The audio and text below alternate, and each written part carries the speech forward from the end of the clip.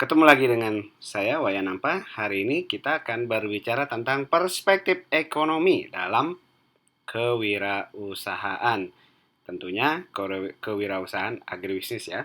Baik, eh tidak perlu lama-lama, saya akan lanjut saja. Kewirausahaan itu sudah kita bahas panjang lebar. Nah, dalam perspektif ekonomi, kita perlu melihat dari mana sih, ya, dari mana peluang usaha yang bisa kita peroleh. Peluang atau peluang usaha adalah situasi yang memungkinkan orang menciptakan kerangka pikir baru dalam kerangka mengkreasi dan mengkombinasikan sumber daya. Jadi, gara-gara COVID, orang mengkreasikan kain menjadi masker karena kelangkaan masker. Itu menjadi peluang usaha. Gara-gara COVID, orang tidak bisa keluar, sehingga orang mengkreasikan sumber daya, masak di rumah, kemudian membuat layanan delivery order. Atau apa lagi? Oke, banyak peluang usaha. Dan peluang usaha ini adalah akan menjadi salah satu tantangan saya kepada teman-teman mahasiswa yang sedang mengikuti mata kuliah ini untuk membuat sebuah rancangan usaha yang memanfaatkan peluang usaha situasi COVID-19 dan juga era 4.0 ini. Oke, itu tantangan dari pertemuan hari ini, dan itu akan menjadi salah satu bagian dari praktik kita bagaimana kita mampu melihat peluang usaha. Dalam peluang usaha, ada dua pandangan tokoh kewirausahaan yang ingin saya sampaikan. Ya. Yang pertama adalah informasi baru, suatu yang penting untuk menjelaskan eksistensi peluang usaha. Itu disampaikan oleh Schumpeter ya. Schumpeter tahun 1934, sudah sangat lama tapi itu masih relevan. Bagaimana peluang usaha itu adalah informasi baru, suatu yang penting untuk menjelaskan eksistensi peluang usaha. Nah, tapi menurut Kirchner, tahun lebih belakang dia muncul pendapatnya bahwa peluang usaha itu hanya membutuhkan cara baru untuk membuat inovasi. Kalau yang pertama dia adalah informasi baru, yang penting untuk menjelaskan eksistensi. Yang kedua adalah bagaimana cara baru. Tentu pendapat ini tidak terlepas dari situasi bagaimana pendapat itu dikeluarkan. Jadi kalau 2020 hari ini, tentu pendapat itu juga mungkin akan berbeda pendapat kita tentang apa itu peluang usaha. Nah, apa pendapat Anda tentang peluang usaha terkait dengan konteks hari ini? Itu juga akan saya tunggu jawabannya. Nah, oke. Kalau kita mengidentifikasi sumber-sumber peluang usaha, ya, kita bisa mengklasifikasikan sumbernya itu dari 4 titik. Yang pertama adalah perubahan teknologi. Perubahan teknologi itu merubah atau menciptakan peluang usaha dan juga sekaligus biasanya menghilangkan usaha lama. Hari ini teknologi berkembang sangat pesat. Orang sudah tidak bisa lepas dari gadget. Sehingga tentu itu akan membuka peluang usaha baru. Kalau tahun 20 tahun yang lalu orang dengan berjualan di pasar sudah merupakan peluang usaha karena dibangun pasar, kemudian orang berjualan di situ, maka itu adalah menjadi sebuah peluang usaha. Hari ini itu bisa saja menjadi usaha yang out of date. Out of date berarti dia sudah tidak sesuai dengan perkembangan teknologinya. Maka kita bisa membuatkan sebuah marketplace atau sama dengan kita bisa membuka toko di layar handphone kita dan itu akan terhubung dengan semua layar handphone masyarakat yang ada di Kota Kupang. Oke, itu bagian dari contoh bagaimana teknologi merubah atau menciptakan peluang usaha. Yang kedua, itu adalah perubahan politik dan kebijakan. Kebijakan politik dan eh, yang diambil oleh pimpinan-pimpinan politik itu juga menciptakan peluang-peluang usaha baru. Misalnya, saya contohkan, pemerintahan Indonesia sejak mungkin sekitar 6 tahun terakhir itu menitik beratkan pembangunan, kebijakan pembangunan dari pinggiran, dari daerah terdepan, sehingga peluang-peluang usaha baru muncul akibat kebijakan itu. Saya pernah berdiskusi dengan pelaku bank yang orang nomor 2 di Kota Kupang, di sebuah bank BUMN. Ketika terjadi transisi politik pemilihan tahun 2019 yang lalu, maka pelaku usaha akan itu menunggu siapa yang akan menjadi presiden. Karena apa? Karena itu akan berdampak pada kebijakan dan perubahan politik termasuk ekonomi. Oleh karena itu, perubahan politik itu akan menjadi peluang usaha baru. Yang ketiga, perubahan sosial dan demografi. Perubahan sosial itu terkait dengan habitat orang atau habit orang atau kebiasaan orang. Yang berikutnya adalah demografi, terkait dengan pertumbuhan orang, pertambahan orang. Itu juga akan membuka peluang usaha. Perubahan sosial, orang yang dulu tidak biasa bermain HP sekarang semua everything sudah dilakukan di internet misalnya, itu juga bagian dari peluang usaha. Dan yang terakhir adalah perguruan tinggi. Perguruan tinggi sebagai kawah candra di muka, sebagai tempat bagaimana sebuah pengetahuan itu terus didiskusikan, dikembangkan, maka itu bagian dari sumber peluang usaha. Oleh karena itu, berdasarkan sumber peluang usaha ini, kita sudah bisa mengidentifikasi kita hidup di tahun 2020, teknologi apa yang berubah, politik kebijakannya seperti apa, perubahan sosial yang ada dan demografinya seperti apa. Di perguruan tinggi kita sudah mendiskusikan teknologi dan pengetahuan tentang apa, sehingga itu bisa kita kombinasikan menjadi sebuah kesimpulan awal bahwa ini ada peluang usaha seperti ini. Oke. Nah, iklim investasi dibutuhkan sesuatu yang aman, nyaman, bisa berjalan dengan baik. Investasi diharapkan bisa menjadi yang sustainable atau berkelanjutan. Nah, sustainable atau berkelanjutan tidaknya sebuah iklim investasi itu dipengaruhi oleh keamanan.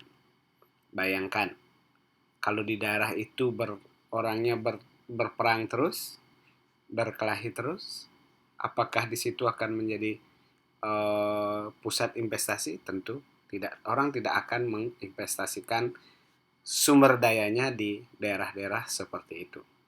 Yang kedua, ekonomi biaya tinggi. Apa itu ekonomi biaya tinggi? Hal-hal yang tidak jelas, birokrasi yang tidak efisien, mestinya ngurus surat 1 hari tapi diurus 5 hari, ngurus KTP yang mestinya 1 hari, datangnya sampai berkali-kali. Itu adalah salah satu yang menyebabkan investasi itu tidak sustainable. Korupsi apalagi, hal-hal yang tidak mestinya dikeluarkan, dikorup, uang itu tidak berubah menjadi sumber daya atau hal yang ingin dicapai, tetapi menguap kemana-mana. Dan yang terakhir, banyak pungli atau pungutan liar. Dan ini menjadi cost yang atau biaya yang tidak pernah terprediksikan karena pungutan liar yang terlalu banyak.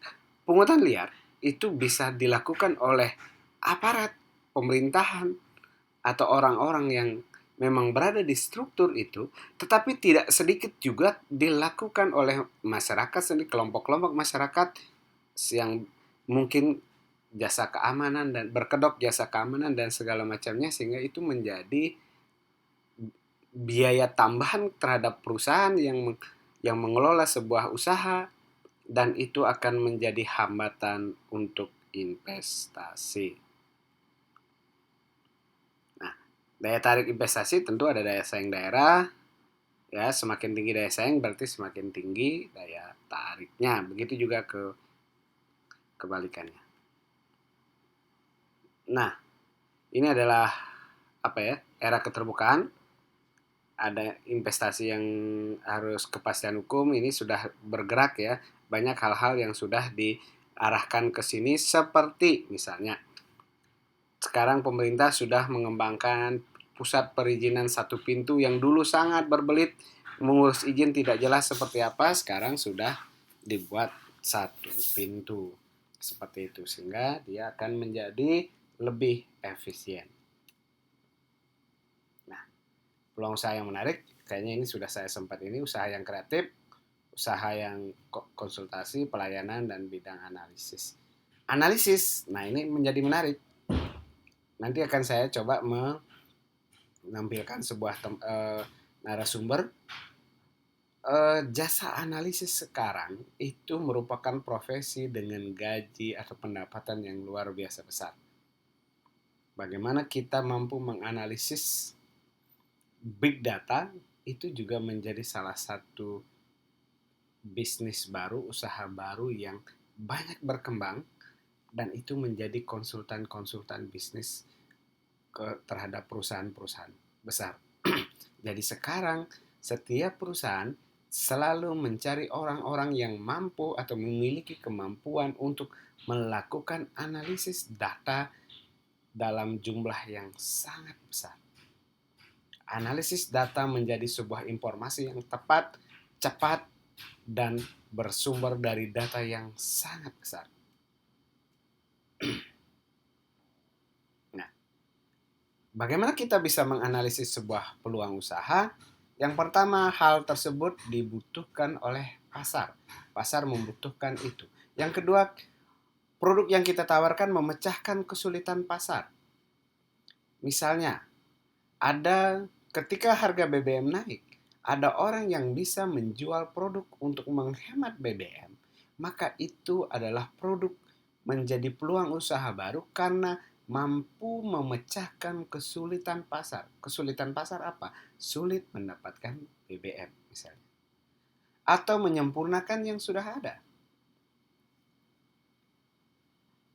Menyempurnakan yang sudah ada barangnya, handphone dulunya resolusi kamera layarnya kecil, kemudian terus dinaikkan menjadi lebih tajam.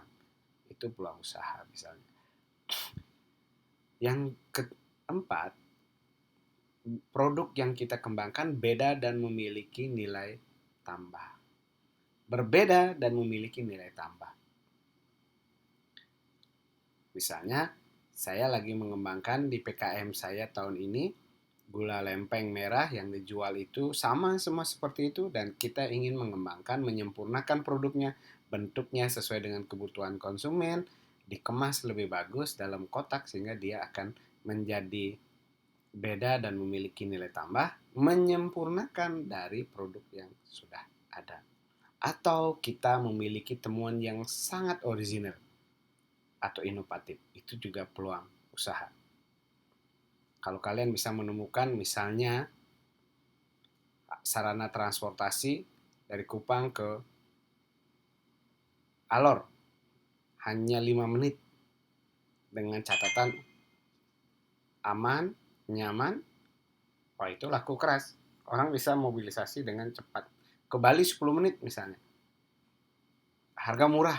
Nah, seperti itu. Itu akan menjadi cepat. Mungkin saya untuk mengajar di Undana, saya bisa memiliki rumah tetap di kampung saya, dan itu akan menjadi sangat sangat laku di pasar. Yang berikutnya adalah memberikan keuntungan yang nyata, benefit yang nyata tadi, contoh tadi sangat memberikan benefit yang nyata. Dan ada unsur yang dibanggakan. Kenapa sih orang membeli sebuah brand? Kalau kalian mengikuti media sosial beberapa hari terakhir, ada beberapa video misalnya viral, merek HP-nya, merek HP kalian ini, mestinya ini kan gitu. Misalnya seperti saya tidak mau menyebut mereknya. Nah, itu bagian dari unsur kebanggaan yang di yang dimiliki oleh end usernya. Kalau misalnya kalau beli sepatu ada yang sepatu merek A, tapi ada orang merek B. Mungkin kualitasnya beda-beda tipis, tapi ada unsur kebanggaan. Disitulah kita bisa membangun brand. Kopi satu cangkir kalau di ngopi di warung harganya 5.000 perak, sudah mahal, sudah dapat pisang goreng 2. Kalau kalian duduk di Starbucks atau di Jeko, itu harganya ya sekitar 25.000 sampai 50.000 satu cangkir dengan 2 buah kue donat. Tapi banyak orang melakukan itu secara rasional ekonomi tidak berjalan. Tapi kenapa? Karena di situ ada rasa kebanggaan yang terbangun dari yang membeli. Yang terakhir adalah realistis. Sumber ide baru atau sumber ide bisnis paling banyak berasal dari hobi dan kesukaan. Yang kedua baru bisnis keluarga. Artinya apa? Kalian lakukanlah identifikasi apa sih kesukaan kamu. Terus hal-hal apa yang bisa dikembangkan dari hobi atau kesukaan kamu itu. Ada yang hobinya jalan-jalan, oh mungkin perlu bisa membuat biro perjalanan. Karena kamu suka jalan-jalan misalnya. Atau membuat konten YouTube yang terkait dengan jalan-jalan. Kalau hobi masak, maka bisnisnya kayaknya restoran pas gitu. Karena kamu hobinya masak. Oke. Ada bisnis keluarga, ada manfaatkan peluang, ada juga orang memanfaatkan peluang. Dia tidak punya hobi apa-apa tapi oh ini ada peluang, dia tangkap. Itu ada 10% gitu. Jadi ini sebelah kanan ini persen-persen dan ini adalah sumbernya. Jadi kalian bisa memilih-milih itu. Bukan berarti semua harus dari hobi karena ada 10% juga orang memanfaatkan peluang. Kalau ada peluang di depan mata tapi Anda tidak hobi, tidak masalah. Ada saudara saya, dia tidak hobi otomotif tapi memanfaatkan peluang orang banyak membeli motor second waktu itu. Jadi dia menangkap peluang itu dan dia menjadi pelaku bisnis jual beli motor second dan bisa memiliki bisnis dengan omset yang lumayan besar. Seperti itu. Ide bisnis bisa datang secara tiba-tiba atau bisa juga datang dengan perencanaan. Oke. Bisa tiba-tiba baru diikuti perencanaan atau memang direncanakan. Oke. Dari video yang saya buat ini, saya bagikan ke teman-teman. Saya akan membuat sebuah penugasan untuk melakukan pendalaman terhadap materi yang pertemuan hari ini. Dan ini saya akan sampaikan dalam deskripsi assessment di dalam e-learning kita dan teman-teman harus meresponnya, harus melakukan riset kecil dari teman-teman masing-masing terkait dengan video materi yang kita bahas hari ini. Tentu deskripsi tugasnya akan saya buat lebih detail di dalam deskripsi assessment e-learning kita. Terima kasih sudah menonton. Sampai ketemu di video-video